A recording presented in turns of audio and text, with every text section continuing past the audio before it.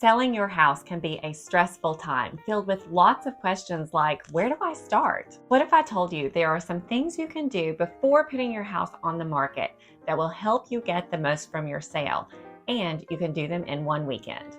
Homeowners who want to sell their home are commonly faced with the challenge of, where do I spend my time, my effort, and my money to make the most impact? Really, a lot of your home sale success comes down to preparation. Luckily, you don't have to sit and wonder what to do, because in this home seller series, I give you 4 things to check off your to-do list before putting your home up for sale. And for the most part, you can do them on your own and over the weekend. Hi, I'm Chastity Lusto, real estate broker in West Hills, California, here with 4 weekend to-dos before selling your house. If you live anywhere around Los Angeles or are relocating to the area, and you have questions about selling, buying, or financing a house, get in contact with me. All of my contact information is posted below. We can schedule a time to chat.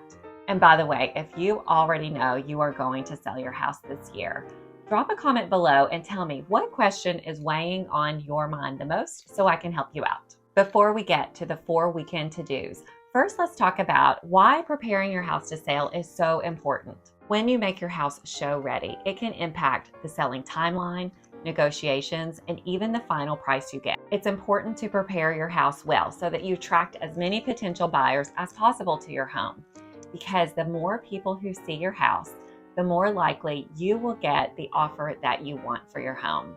So taking time to prepare your house is worth it every time. The 4 key tips we will talk about in today's video are declutter, depersonalize, clean, and make necessary repairs. Let's start with key tip number 1, declutter. Decluttering is important because people want to see and feel space. Many of today's buyers like an open atmosphere. They want to know that there is ample storage in the home and that they have room to grow.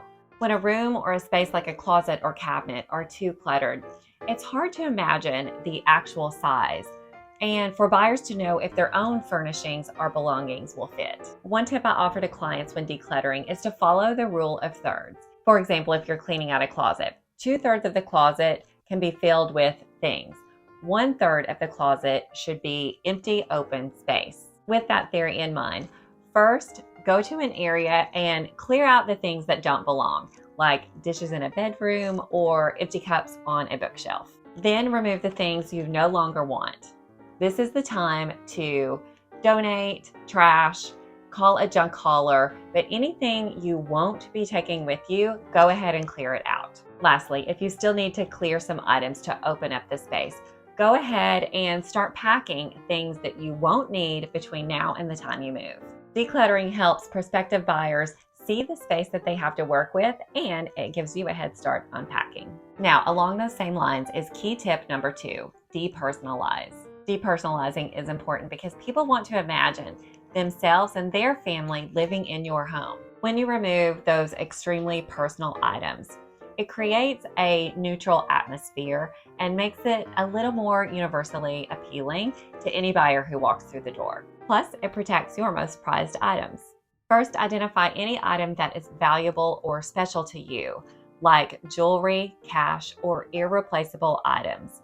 Anything that you would not want damaged, broken, or stolen, pack those up or move them to a safer location. Next, remove any personal items in sight that you would not want shown in pictures on the internet, especially pictures of people or children. Most home sellers choose to have professional photos done and market their property, which means pictures of your house are all over the internet, and there's no guarantee those will come down after the sale. So if you don't want an item floating around in a photo online, pack that away. Lastly, remove any seasonal items, things that are overly religious, questionable art, or large sports items. By depersonalizing your home, you are creating a neutral decor that will appeal to the masses. After you have decluttered and depersonalized, or even while you are clearing things out, go ahead and tackle key tip number 3, which is to clean. Now, I've talked about cleaning before, and I stand by my passion for having a clean house when selling it. If you do nothing else before selling your house, please do this one thing. Clean your house. Inside out, top to bottom. Clean, clean, clean. You want to show a spotless house. Why? Because a clean home makes a good first impression with both buyers and their agents. You can check out more about cleaning and why it is so very important in this video. Now, this next tip is proven to have a financial impact on the outcome of a sale. Key tip number 4, make necessary repairs. Making necessary repairs is important because unless a buyer is told otherwise, when they make an offer on a property, they expect the home and its components to be in functional and working order. If they find during a home inspection that something is broken or not working well, that's when they could ask you to make repairs or offer a financial credit to do so. And that means it's back to the negotiating table. So what I recommend for you is to assess everything in and around your property to determine if something is broken or needs to be tended to before you put your house on the market. No matter how large or small, start making a list of things you would want repaired or in good working order if you were to buy this house.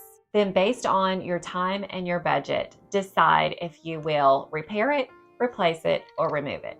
Necessary items to a home like health and safety features, such as a stove or a heat source, will likely need to be repaired or replaced. Other items that are unnecessary to the home or luxury are up to you, but if it's attached to the home or will be sold with the property, you will need to address that in some way. Making necessary repairs before selling your house is one way to minimize negotiation time and potentially eliminate requests from buyers for repairs or financial credit, which is a source of stress for sellers. To drive these key tips home, let me present you with a common real-life scenario. Imagine 2 identical houses for sale in a neighborhood. One is well-maintained, presented beautifully, and move-in ready. The other is dirty, cluttered, and in need of repairs. Which one do you think will sell faster and for the higher price? That's the power of preparing your house before selling. You may think that investing time and money into a home that you're selling